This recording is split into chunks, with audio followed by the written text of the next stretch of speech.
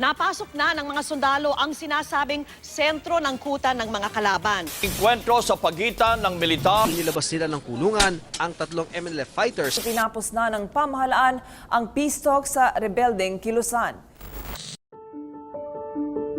Sa panahon ng sigalot at kaguluhan, may mga bagay na hindi dapat mawala. Ang paggalang sa buhay, ang pagkilala sa dignidad ng tao, at ang malasakit sa kapwa. Ito ang diwa ng International Humanitarian Law. Mga tuntuning naglalayong protektahan ang mga hindi kalahok sa labanan at bawasan ang pagdurusang dulot ng armadong tunggalian. Ngunit ang pagtataguyod ng IHL ay hindi tungkulin ng iisang institusyon lamang. Ito ay isang sama-samang pananagutan.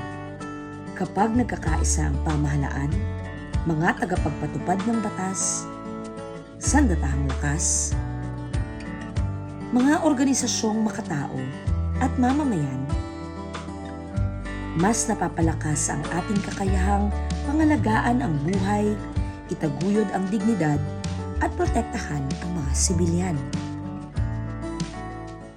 Sa ika-77 taong paggunita ng International Humanitarian Law, ating isabuhay ang temang pinalakas na ugnayan at pagkakaisa sa pagsulong ng IHL, sapagkat sa bawat pagtutulungan, sa bawat pagkilos ng may malasakit, at sa bawat paninindigan para sa sangkatauhan, napapalakas natin ang kapayapaan.